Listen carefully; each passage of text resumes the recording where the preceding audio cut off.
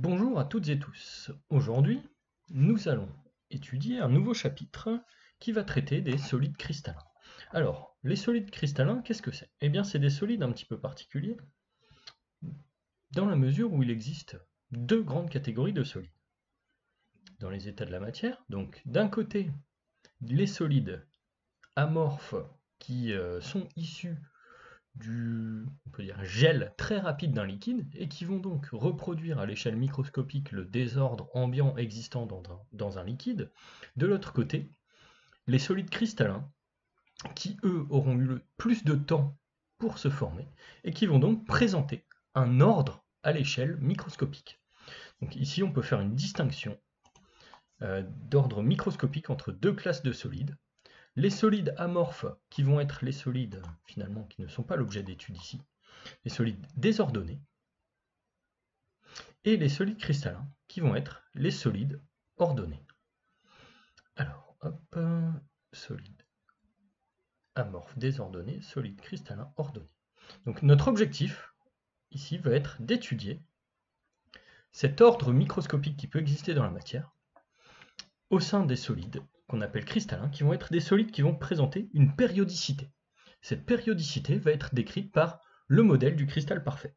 Alors, comment ça fonctionne?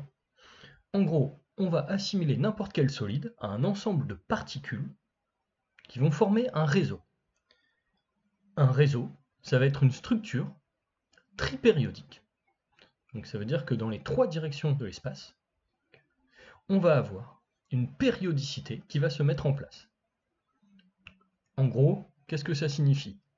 Imaginons que je sois un bonhomme nanoscopique qui se promène dans la matière à cette échelle. Je marche le long d'un axe qui est défini, donc en ligne droite. Eh bien, à intervalles de distance réguliers, je vais observer exactement le même motif. Un petit peu comme si dans une rue, je me promenais et que toutes les trois maisons, par exemple, j'observais exactement la même maison. Donc, dans le cadre du modèle du cristal parfait, qu'est-ce qui va se passer? Eh bien, on va assimiler les cristaux, donc les solides qui ont eu le temps de faire apparaître une périodicité microscopique, à des solides sans défaut et de dimension infinie. Donc les particules qui vont être au sein des solides, dans le cadre de la chimie, ça va pouvoir être des atomes, des molécules ou des ions. En fonction de la nature des entités qui vont se lier entre elles, la nature de la liaison chimique ne va évidemment pas être la même. Alors, un cristal, ça va être l'association de deux choses. Un réseau d'un côté. Le réseau, ça va simplement traduire la disposition dans l'espace des objets. Et un motif, le motif, c'est ce qui va traduire ce qu'est l'objet lui-même. Alors, on va prendre un petit exemple pour bien faire la distinction entre la notion de réseau, qui est une notion purement géométrique, et la notion de motif, qui va être une notion ici chimique. Donc, hop, la notion de réseau, comme je vous l'ai dit, est géométrique, tandis que la notion de motif est une notion chimique. Alors, on va prendre un exemple relativement simple. Imaginons que je choisisse un motif, bon, on va prendre ici un pois rouge, ok? Rose. Et puis ce pois rose, je vais le répéter le long d'une première dimension de l'espace, de manière périodique. Je choisis, ici je suis dans un plan, donc je vais me cantonner dans un cas à deux dimensions. Je choisis ensuite, pour le pois rose suivant, de partir dans la diagonale. Comme ceci. Donc là, je suis en train de générer une structure qui est une structure, non pas tripériodique, parce que je ne dispose pas de trois dimensions, mais une structure bipériodique. Le réseau, ici, va traduire mathématiquement la disposition des entités les unes par rapport aux autres. Et si je choisis un autre mode de disposition, eh bien je vais modifier le réseau. Imaginons par exemple que je choisisse, maintenant, avec le même objet, de disposer les pois roses comme ceci.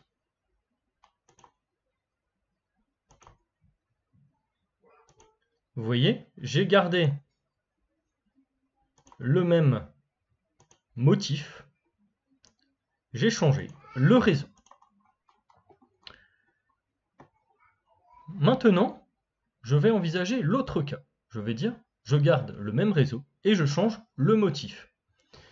Eh bien, je peux imaginer conserver le réseau que j'ai adopté ici et changer de motif. Alors, qu'est-ce que je vais faire pour changer de motif? Je vais dire que le poids rose devient un poids rose avec à l'intérieur un poids plus petit de couleur bleue. Bon, oui. Hop, voilà, comme ceci.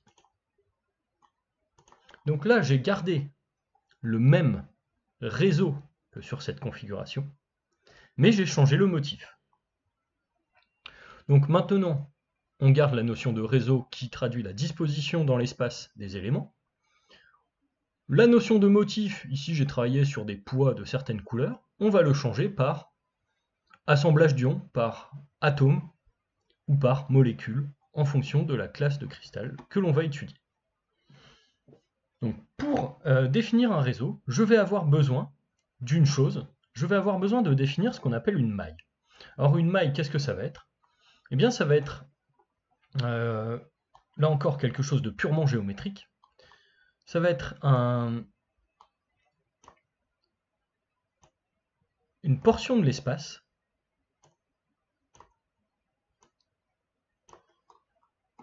qui, une fois répétée, va permettre de générer tout le cristal. Donc là, vous voyez, j'ai dessiné une première maille. Ici, je dessine une deuxième.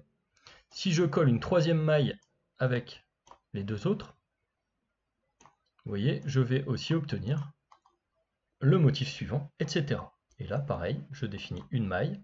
Hop. Et le contenu de cette maille dupliquée à l'infini va me permettre d'obtenir tout le réseau. Vous voyez, une deuxième maille à côté, identique strictement à la première. Puis une troisième maille, identique aux deux premières. Donc là, la répétition de la maille, représentée ici à 2 dimensions, va me permettre de générer tout le réseau. Alors, les choix de mailles peuvent être multiples. Je vais me baser sur l'exemple suivant, et on va pouvoir observer que pour créer tout le réseau, j'aurais pu me contenter, hop, alors ici, de choisir, hop, un peu plus petit, j'aurais pu me contenter de choisir par exemple cette maille-ci.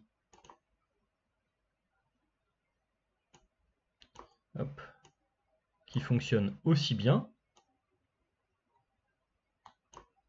J'ai un trait en rouge, attendez, je corrige ça tout de suite. Hop, on supprime et on recrée le dernier trait.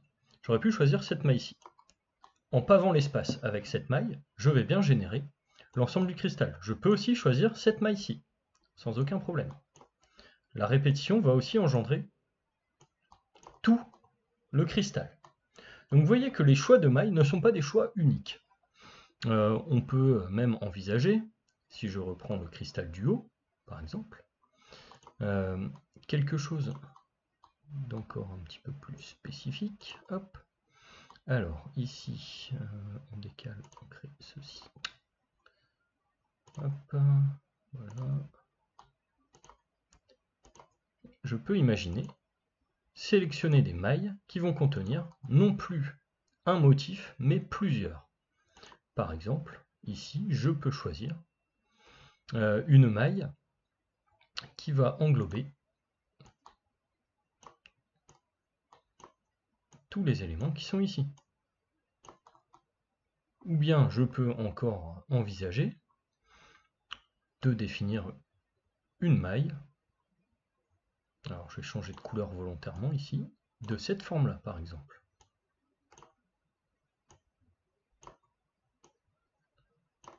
Quel est le point commun entre toutes les mailles que j'ai dessinées? C'est que leur répétition va engendrer l'ensemble du cristal.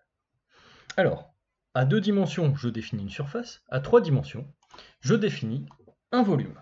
Et ce volume, il va être défini sur la base de 3 vecteurs. Un vecteur A qui va diriger une première direction, un vecteur B qui va diriger une deuxième direction, et afin de former un trièdre direct, un troisième vecteur C qui va représenter une troisième direction. Et la donnée des 3 vecteurs va me donner donc 3 longueurs. Ensuite, pour générer un volume, il va suffire de connaître les angles entre les vecteurs. Ainsi, je vais nommer bêta l'angle à l'opposé de B, donc l'angle entre A et C. Je vais nommer gamma l'angle à l'opposé de C, donc l'angle entre A et B. Et je vais nommer alpha l'angle entre B et C, donc à l'opposé de A. À partir de là, je sais que n'importe quel point du réseau va être défini par sa position dans le réseau, de telle sorte que si M appartient au réseau, avec O appartenant également au réseau, eh bien je peux écrire OM sous la forme NA plus MB plus PC avec N, M et P un triplet d'entiers relatifs. Donc ça veut dire ici que n'importe quel déplacement d'un nombre entier de fois A plus un nombre entier de fois B plus un nombre entier de fois C va me donner un point qui est également un point du réseau que l'on va appeler un nœud. Si la maille contient un seul nœud, on va dire que la maille est simple. Elle est multiple si elle contient plusieurs nœuds. Si on reprend l'exemple précédent, on voit par exemple que la première maille dessinée ici est une maille simple. Pourquoi? Parce que j'ai 4 fois un quart d'atomes dans de poids ici, dans la maille. On voit la même chose pour la maille en oblique, bien que le calcul soit un petit peu plus compliqué. Donc ici, je vais avoir un quart plus un huitième, et ici un huitième au global. Ici, un quart plus un huitième, ici encore un huitième. Au global, j'aurai encore 1. Par contre, ici, la maille est plus grande et contient plus d'un nœud. Alors, si la maille possède tous les éléments de symétrie du réseau, on dit que la maille, et qu'elle est simple, on dit qu'elle est primitive. Alors par exemple, la maille carrée ici va respecter les éléments de symétrie du réseau. C'est donc une maille primitive. Par contre, au vu du réseau choisi ici, la maille en forme de parallélépipède ne respecte pas tous les éléments de symétrie. C'est donc une maille qui ne sera pas primitive, bien qu'elle soit simple. Dans le cas où on est obligé de choisir des mailles multiples pour générer tout le réseau, eh bien, on va parler de mailles conventionnelles. Alors, pour ce qui est du comptage des entités contenues dans une maille, alors on ne considère que ce qui appartient en propre à la maille. Alors ça, qu'est-ce que ça signifie? Ça signifie que le poids qui est ici n'est pas entièrement inclus dans le motif qui va se répéter pour créer le reste du réseau. Je m'explique. Ici, le poids est coupé en 4. Et donc, dans le plan, nous allons avoir seulement cette partie-ci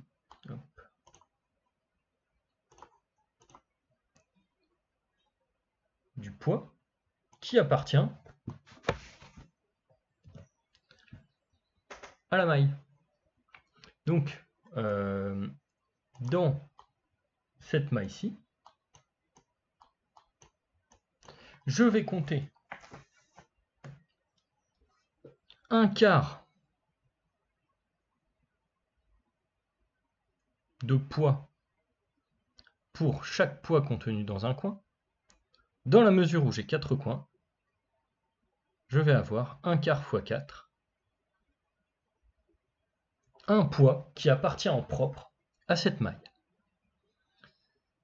Si je réitère le calcul avec la maille qui se trouve ici, en vert, à ce moment-là, je vais toujours avoir un quart de poids dans chaque coin, plus un poids, celui du centre, qui n'appartient qu'à cette maille-là. Donc ici, je vais avoir en propre 2 poids qui appartiennent à la maille. Le calcul devient encore plus technique si on se réfère à cette maille-ci. À ce moment-là, je vais avoir ici la moitié d'un quart, un huitième. Un huitième fois 1, un huitième fois 2. Plus, ici, un quart plus un huitième. Un quart ici, un huitième ici.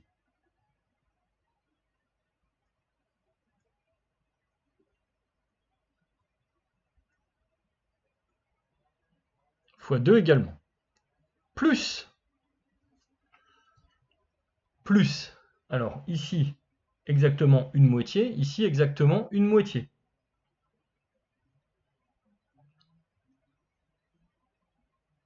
Donc la somme de tout ceci me fait 1 ici, plus 1 ici. Donc je vais avoir encore une fois 2 poids qui appartiennent en propre à cette maille. La somme des proportions des poids appartenant en propre à la maille pour les coins valant 1, et la somme des deux contributions des poids situés sur le côté valant 1 aussi.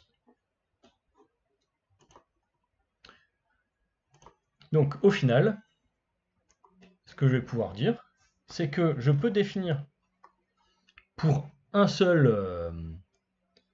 créer un seul réseau, plusieurs mailles, certaines étant des mailles simples, certaines étant des mailles primitives, certaines étant des mailles multiples, et dans le cas de mailles multiples possédant les éléments de symétrie du réseau, des mailles dites conventionnelles. Alors, on va se proposer d'illustrer cette notion ici. Alors, à ce niveau-là, qu'est-ce qu'on voit? On voit que, eh bien, la maille primitive, ce serait sans aucun doute cette maille. Ce serait une maille qui ne contient en propre qu'un seul point, ici, un quart de point pour chaque point situé dans les angles, et qui respecte tous les éléments de symétrie du réseau. Une maille qui ne contient qu'un seul nœud, mais qui ne respecte pas tous les éléments de symétrie du réseau, c'est celle-ci. Une maille multiple qui respecte les éléments de symétrie du réseau peut être celle-ci. Donc, au final, nous allons avoir ici une maille dite primitive, ici une maille dite conventionnelle, et ici, eh bien, une maille simple. À partir de là, on va aller un petit peu plus loin dans les définitions, et on va définir ce qu'on appelle la multiplicité et la population associée à une maille. Alors, la multiplicité, c'est une notion qui est purement géométrique. D'accord? Donc ici,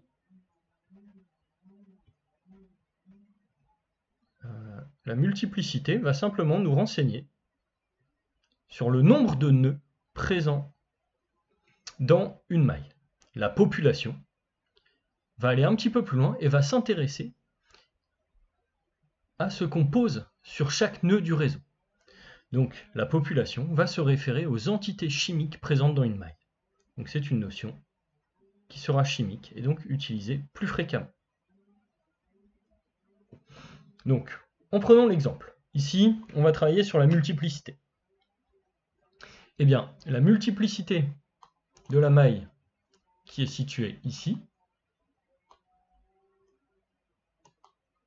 définie par les 4 traits rouges ici,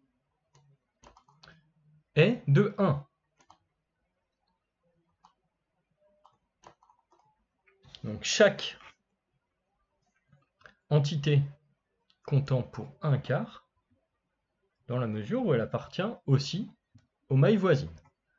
La multiplicité de la maille oblique située ici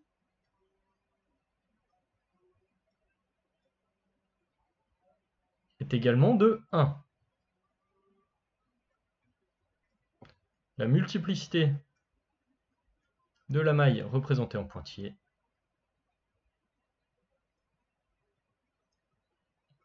est, elle, de 1 plus 4 fois 1 quart, 2. Donc là, si on résume, pour la maille droite, la multiplicité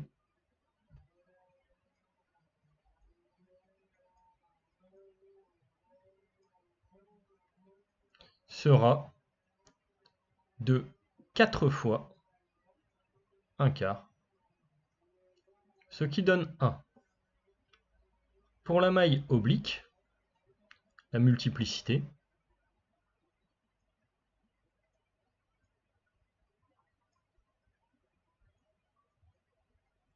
sera de 2 fois 1 quart plus 1 huitième,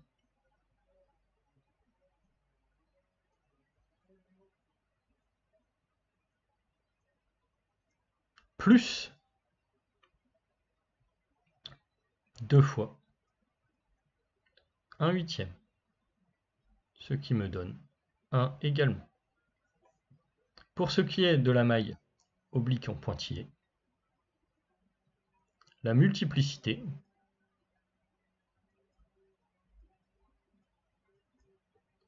sera dans ce cas-là de 1 pour le A situé au centre, plus 4 fois 1 quart, ce qui me donne 2.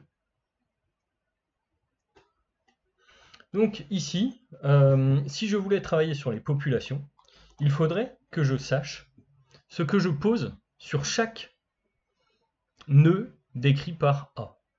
Donc imaginons par exemple que A soit un atome de fer. À ce moment-là, je vais dire que pour la première maille décrite ici, la population du fer est de 1. Idem ici. Ici, la population de la maille en fer est de 2. Donc pour décrire la population, j'ai besoin de concepts chimiques et de concepts géométriques.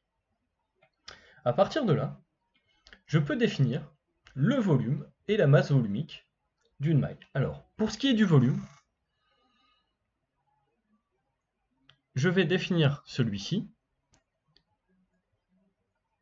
en travaillant sur le produit vectoriel de A par B que je multiplie scalairement par C. Ici, nous avons la formule générale pour le volume d'un parallélépipède défini par les trois vecteurs A, B et C. Dans le cas où tous les angles sont droits, c'est-à-dire dans le cas où alpha vaut bêta vaut gamma vaut 90 degrés, je vais pouvoir écrire très simplement que V vaut A fois B fois C, le produit des longueurs des trois côtés. Donc pour une maille cubique, ce sera encore plus simple. Une maille cubique, ça va être une maille telle que A égale B égale C. Donc je vais avoir au niveau des distances une seule distance, donc un seul paramètre de maille. Et au niveau des angles, je vais avoir alpha égale bêta égale gamma égale 90 degrés. Dans ce cas, je vais pouvoir écrire très simplement que V vaut A au cube.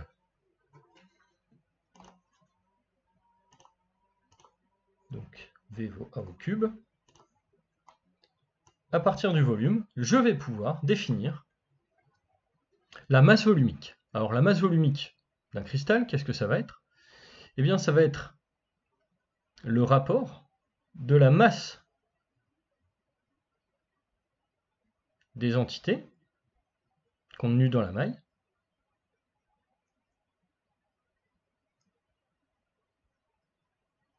donc la population fois la masse d'une entité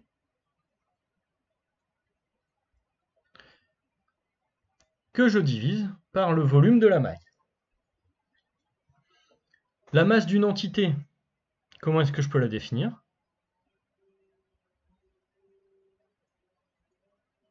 Nous sommes en chimie, donc souvent le nombre d'entités adaptées que l'on va utiliser, ça va être un nombre de l'ordre de grandeur de la constante d'Avogadro. Donc si je veux me ramener à une seule entité, eh bien je vais prendre la masse molaire d'une entité que je vais diviser par la constante d'Avogadro, qui vaut 6,02 fois 10 puissance 23 mol moins 1.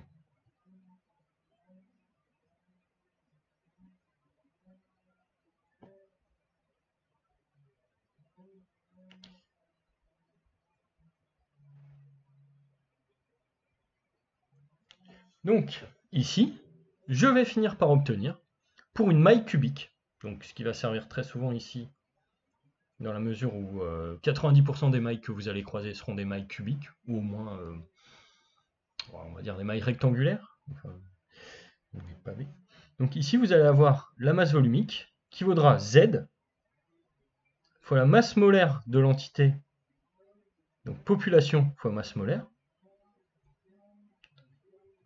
que l'on va diviser par la constante d'Avogadro, fois le côté du cube constituant la maille, que j'élève au cube. Donc là, on obtient la masse volumique d'un cristal généré par une maille cubique. Alors, ensuite,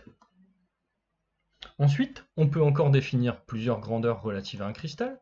On peut définir une notion liée au contact entre les espèces que l'on appelle coordinance.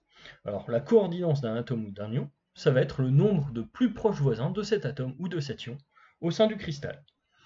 Donc ici, par exemple, comment est-ce qu'on va présenter ceci? Si j'ai deux entités A et B différentes dans un cristal, je vais dire que A et B sont en contact, et là, je vais dénombrer le nombre de points de contact entre un A et tous les B voisins. Autre notion qui va avoir son importance, c'est la notion de compacité, notée grand C. Donc la compacité, ça va être le rapport du volume occupé au sein de la maille sur le volume global de la même maille que j'étudie. Donc ici, ce sera finalement la population fois le volume des entités occupant la maille sur le volume total de la maille. Alors, pour classer les cristaux, les différents types, je vais avoir deux critères de classement. Je vais avoir un premier critère qui sera un critère géométrique. Alors ici, le programme n'étudiant pas toutes les classes de cristaux, vous n'allez croiser que très rarement ce critère de classement-là. Donc le critère géométrique, ça consiste à faire quoi? Ça consiste à étudier, on peut dire des groupes de symétrie, des choses comme ça, et générer donc des agencements de nœuds qui vont correspondre à des réseaux dits de Bravais. Donc si un jour vous poursuivez dans les domaines de la physique du solide ou études de cristaux, vous serez amené à étudier ce type de notion. Deuxième type de classement qui est beaucoup plus adapté au programme de MPSI, c'est le classement par critères chimiques. Nous savons depuis le chapitre précédent sur l'architecture de la matière qu'il y a plusieurs types de liaisons chimiques qui peuvent s'installer entre les éléments. Donc on va compter parmi les cristaux possibles au niveau microscopique les cristaux covalents. Alors ceci signifie que les atomes qui interviennent dans ces cristaux sont reliés entre eux par des liaisons covalentes. Alors l'exemple le plus classique, ce sera ici le diamant. Le carbone-diamant, donc en l'absence d'impuretés constituées uniquement de carbone, fait apparaître uniquement des liaisons covalentes entre les différents atomes de carbone. Nous avons également des cristaux moléculaires. Alors les cristaux moléculaires qui vont faire apparaître des interactions entre différentes molécules qui vont être des interactions de type Van der Waals ou des liaisons hydrogènes. Donc là, on peut penser à la glace. La glace, donc, qui est un assemblage de molécules d'eau liées entre elles par des liaisons hydrogènes. Nous pouvons compter aussi, troisième type de liaison, les cristaux ioniques. Donc les cristaux ioniques font apparaître des ions qui se lient entre eux par l'intermédiaire de l'interaction électrostatique. Simplement, les charges positives attirent les charges négatives et inversement, les charges négatives attirent les charges positives. Donc là, l'exemple le plus classique que vous pouvez croiser, c'est le chlorure de sodium NaCl, le sel de table, où les ions Na+, attirent à eux tous les ions chlorure dans leur environnement, et les ions chlorure eux-mêmes attirent à eux tous les ions sodium dans leur environnement. Donc l'assemblage des deux forme un cristal ionique de NaCl, qui au contact de l'eau, d'ailleurs, donnera naissance à Na+, les ions sodium, et Cl-, les ions chlorure. Dernier cas, les structures métalliques. Donc ici, la liaison mise en jeu est une liaison de type métallique. Alors quelle est la différence avec la liaison covalente? Eh bien, on va avoir des atomes qui ont des électrons suffisamment détachés du noyau pour les mettre en commun non pas uniquement avec leurs voisins, mais avec l'ensemble des atomes du cristal. Donc, on va avoir un réseau de cations, donc des ions chargés positivement, et tout autour, une mer d'électrons, donc des électrons libres, qui vont pouvoir passer d'un atome à l'autre et assurer la cohésion de l'édifice. Alors, évidemment, le fait que les électrons soient délocalisés, ça va créer certaines propriétés physiques et chimiques particulières. Au niveau mécanique, on peut assez facilement imaginer que si les électrons sont délocalisés, le fait que deux plans d'atomes glissent l'un par rapport à l'autre peut se faire assez facilement. Eh bien, les métaux peuvent être facilement tordus. En tout cas, beaucoup plus facilement que le diamant, qui met en jeu des liaisons covalentes, c'est-à-dire localisées. Donc là, dans les cristaux métalliques, eh bien, on peut citer n'importe quel métal courant, le cuivre, l'aluminium, l'or, l'argent, etc. Alors, justement, si on s'intéresse d'un petit peu plus près aux cristaux métalliques, on va constater que les métaux constituent la majeure partie des éléments de la classification périodique. Que ce soit des métaux alcalins, première colonne, des métaux, à l'exception de l'hydrogène, les métaux alcalino-terreux, deuxième colonne, les métaux de transition du bloc D, l'anthanide, actinide, ou les métaux pauvres qui sont dans le bas du bloc P. Donc tous ces éléments-là sont des métaux. Ça signifie que si on les trouve à l'état pur, ils vont présenter sensiblement les mêmes propriétés. Alors, on a dit la liaison métallique, c'est une liaison qui crée de la délocalisation d'électrons. Donc délocalisation d'électrons, ça va signifier qu'on va avoir de bons conducteurs électriques, logique. Ça va signifier aussi qu'on va avoir une bonne conduction thermique.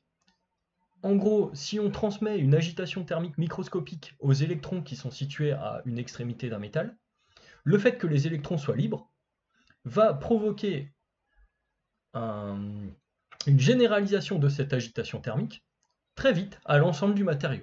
En tout cas, beaucoup plus vite que si les électrons restaient localisés entre deux atomes voisins. En plus de ces propriétés-là, on peut compter des propriétés mécaniques. Donc, le fait que des métaux puissent être tordus, puissent être travaillés à moyenne température, haute température. Des propriétés optiques, le fait que les électrons soient libres de se déplacer va créer un phénomène de réflexion des champs électromagnétiques qui arrivent à la surface des métaux.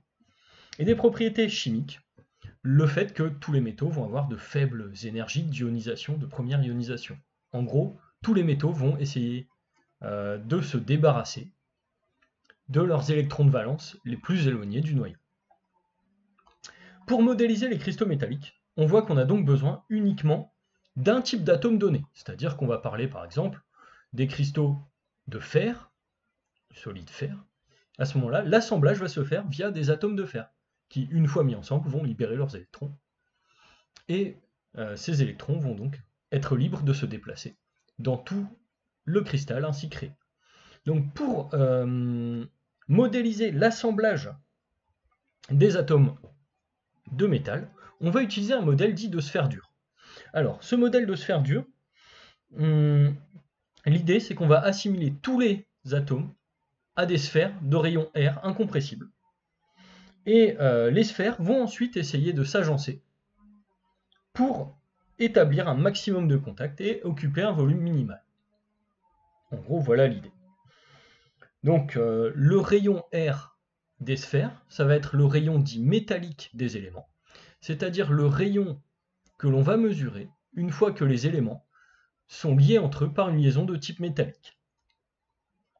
Alors, les assemblages de sphères peuvent se faire de deux manières pour les arrangements compacts. Soit un arrangement dit hexagonal compact, soit un arrangement cubique face centrée. Alors, avant de travailler à 3 dimensions avec les dessins qui sont ici, on va se proposer de regarder ce qui se passe à 2 dimensions. On voit que si vous avez un jour joué au billard dans votre vie, vous savez que les assemblages compacts de sphères dans un plan vont se faire en respectant la disposition qui est ici. Donc on va générer un plan, et dans ce plan, on va générer des structures, en forme on peut dire de fleurs ici, vous voyez bien l'idée. Puis, pour générer l'assemblage à 3 dimensions, eh bien on va empiler différents plans qui vont tous avoir cette allure-là. Alors ces plans ne vont évidemment pas s'empiler exactement les uns sur les autres. Si on veut maximiser le nombre de contacts, autrement dit diminuer la distance entre les entités, ce qu'il va falloir faire, c'est faire en sorte que ce qui correspond à une bosse sur un des plans soit associé à un creux sur le plan suivant. Donc si je pose un deuxième plan sur le premier, eh bien je vais essayer d'occuper les petits espaces disponibles dans les interstices entre les différents centres. Alors, comment est-ce que ça va fonctionner? Eh bien là, on va se proposer d'aller simplement travailler sur les dispositions possibles. Alors là, vous voyez, j'ai un premier plan ici qui est créé. Je vais ensuite essayer de poser un deuxième plan sur le premier. Donc imaginons, j'appelle pour l'instant le plan qui est en blanc ici, un plan A. Je vais poser sur ce plan A un deuxième plan que je vais appeler le plan B. Je pose une sphère ici. À partir du moment où j'en pose une ici, je vois que je ne peux pas en poser une juste à côté. Ni ici, ni ici. Je vais donc en poser une dans le creux suivant. En suivant la même logique, je vais finir par recréer un second plan décalé par rapport au premier, mais qui va me donner la même disposition d'atomes que le premier plan. Donc je vais générer le plan appelé B sur les deux figures. De quelle solution est-ce que je dispose ensuite pour poser un troisième plan sur le second? Eh bien, je dispose de deux solutions. Soit je respecte la disposition du premier plan qui a été utilisé. Je vais à ce moment-là créer un plan numéro 3 qui sera exactement le même que le plan numéro 1. À ce moment-là, l'empilement généré va être un empilement dit de type ABA. Autre possibilité, j'utilise les espaces non exploités. Donc ici, je vais utiliser cet espace, cet espace, cet espace. Alors là, je prends le temps de bien représenter tout ceci. Hop. Et donc, je vais finir par obtenir un plan. Une bêtise, c'est bon. Un plan que je vais appeler un plan C. Donc, dans un cas, je vais obtenir un arrangement de plan ABC, ABC, ABC, qui sera compact. Dans l'autre cas, un arrangement de plan de type ABA, BA, BA, etc. Et en fonction, eh bien, je vais obtenir deux structures différentes. Je reviens à la page précédente. On illustre le propos. Donc vous voyez ici 1, 2, 3 types de plans différents. Ici un plan différent. On reprend le plan de départ. Dans un cas, je vais obtenir une structure que j'appelle cubique à face centrée. C'est-à-dire que je vais obtenir au niveau de la structure eh bien, des cubes dont les centres des faces sont occupés aussi par des sphères. Dans l'autre, je vais obtenir un arrangement dit hexagonal compact qui va concerner les cristaux. Et donc maintenant, je vais vous dire la suite au prochain épisode. Donc dans le prochain épisode, nous allons voir comment ces structures cubiques face centrée hexagonales compactes s'agencent et comment on peut les représenter et les étudier géométriquement.